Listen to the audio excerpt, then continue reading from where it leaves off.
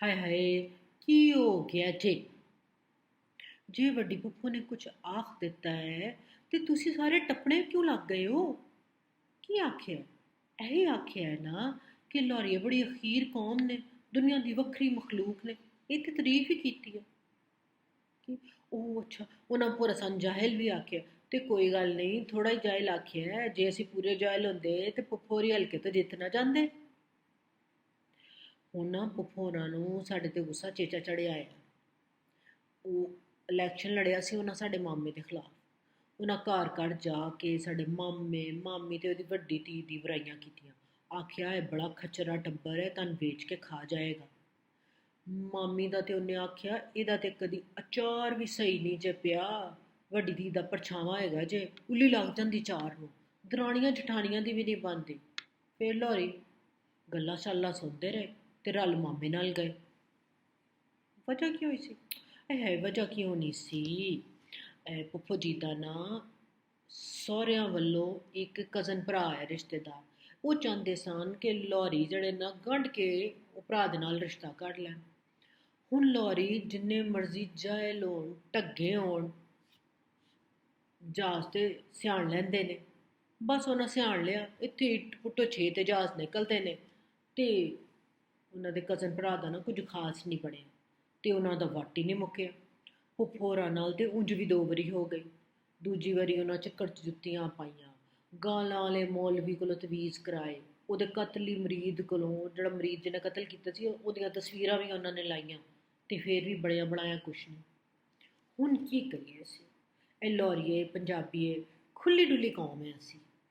ਕੋਈ ਵੀ ਸੜਕ ਤੇ ਨਵਾਂ ਤਮਾਸ਼ਾ ਲੈ ਕੇ ਆ ਜਾਵੇ ਨਾ ਤੇ ਇੰਨਾ ਬੰਦਾ ਇਕੱਠਾ ਹੋ ਜਾਂਦਾ, ਭਾਵੇਂ ਅੰਦਰ ਚੱਜ ਦੀ ਸ਼ਾਹ ਕੋਈ ਵੀ ਨਾ ਹੋਵੇ। ਬੰਦਾ ਰਸ਼ ਅਸੀਂ ਸੁਥਰਾ ਲਾ ਦਿੰਦੇ ਹਾਂ। ਅੰਦਰ ਬਾਂਦਰ ਤਮਾਸ਼ਾ ਕਰਨ ਵਾਲਾ ਵੀ ਸਮਝਦਾ ਆਪਣੇ ਆਪ ਨੂੰ ਮੈਂ ਹੀਰੋ ਹੈ, ਕੰਮ ਸੈੱਟ ਹੈ। ਤੇ ਤਮਾਸ਼ਾ ਤਮੂਸ਼ਾ ਵੇਖ ਕੇ ਅਸੀਂ ਅਗਲੇ ਪਾਸੇ ਤੁਰ ਜਾਂਦੇ ਹਾਂ। ਮਗਰ ਫੁੱਫੋ ਜੀ ਨੂੰ ਤਾਂ ਇਹ ਗੱਲ ਪਤਾ ਹੋਣੀ ਚਾਹੀਦੀ ਸੀ ਨਾ, ਉਹ ਤੇ ਜੰਮ ਪਲ ਨੇ ਲਾਹੌਰ ਦੀ। ਮਗਰ 100 ਗੱਲਾਂ ਦੀ ਇੱਕੋ ਗੱਲ।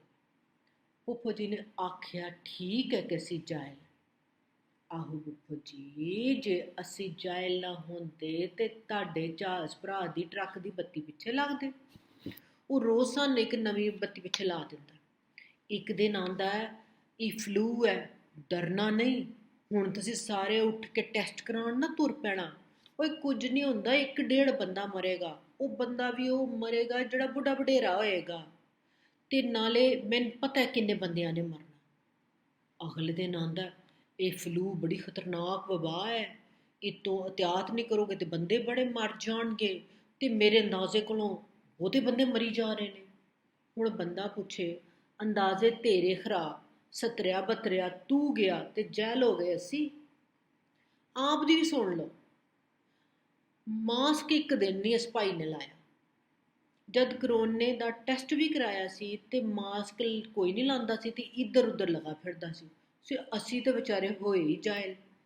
ਅਸੀਂ ਵੀ ਇਹਦੇ ਲਾਗੇ ਲਾਗੇ ਬਗੈਰ ਮਾਸਕ ਹੀ ਫਿਰੇ ਗਏ। ਹੁਣ ਜਦੋਂ ਬੰਦੇ ਮਰਨੇ ਬਥੇਰੇ ਹੋ ਗਏ ਨੇ ਤੇ ਕਹਿੰਦਾ ਮੈਂ ਤੇ ਕਿਹਾ ਸੀ ਇhtiyਾਤ ਕਰੋ, ਤੁਸੀਂ ਇhtiyਾਤ ਨਹੀਂ ਕੀਤੀ, ਹੁਣ ਭੁਗਤੋ, ਮਰੋ ਆਪੇ ਹੀ। ਆਹੋ ਭਾਈ, ਅਸੀਂ ਤੇ ਸ਼ਹੀਦਾਂ ਭਮੀਰੀ ਬਣ ਕੇ ਰਹਿ ਗਏ ਇਹਦੀਆਂ ਗੱਲਾਂ ਸੁਣ ਸੁਣ ਕੇ। ਉੱਤੋਂ ਬਿਮਾਰੀ ਹੈ, ਉਹ ਹਰ ਘਰ 'ਚ ਵੜੀ ਜਾ ਰਹੀ ਹੈ। ਦਵਾਈਆਂ ਲੱਭਦੀਆਂ ਨਹੀਂ ਪਈਆਂ, ਹਸਪਤਾਲ 'ਚ ਮੰਜੇ ਕੋਈ ਨਹੀਂ। ਡਾਕਟਰ ਰੋਜ਼ ਦੇ 4 ਮਰੀ ਜਾਂਦੇ ਨੇ। ਤੇ ਸ਼ਾਬਾਸ਼ ਏ ਤੇਰੇ ਅਕਲਮੰਦੀਆਂ ਤੇ। ਬਜਟ ਦਿੱਤਾ ਹੀ ਤੇ ਸਿਹਤ ਬਾਰੇ ਦਵਾਨੀ ਵੀ ਨਹੀਂ ਵਧਾਈ। ਆਹੋ ਭਾਈਆ, ਜਾਹਿਲ ਤੇ ਅਸੀਂ ਹੋਏ ਨਾ, ਤੈਨੂੰ ਵੋਟਾਂ 'ਚ ਪਾਈਆਂ ਸੀ। ਹਰ ਵੇਰੀ ਪੋਲਾ ਮੂੰਹ ਬਣਾ ਕੇ ਆ ਦਿੰਦਾ ਮੈਂ ਤੇ ਬਰਦਾਸ਼ਤ ਕਰ ਲਾਂਗਾ, ਤੁਸੀਂ ਬਰਦਾਸ਼ਤ ਨਹੀਂ ਕਰ ਸਕਦੇ। ਵੇ ਭਰਾਵਾ, ਜੇ ਅਸੀਂ ਤੈਨੂੰ ਸਹਾਰ ਗਏ ਨਾ ਤੇ ਅਸੀਂ ਹਰ ਕੁਝ ਸਹਾਰ ਜਾਵਾਂਗੇ। ਤੇ ਬਾਕੀ ਪੰਜਾਬੀਆਂ ਨੂੰ ਜਹਿਲ ਸੁਣਨਾ ਤੇ ਬਣਦਾ ਹੈ। ਜੇ ਜਹਿਲ ਨਾ ਹੁੰਦੇ ਤੇ ਸਟੱਪਣੀ ਪਿੱਛੇ ਲੱਗਦੇ।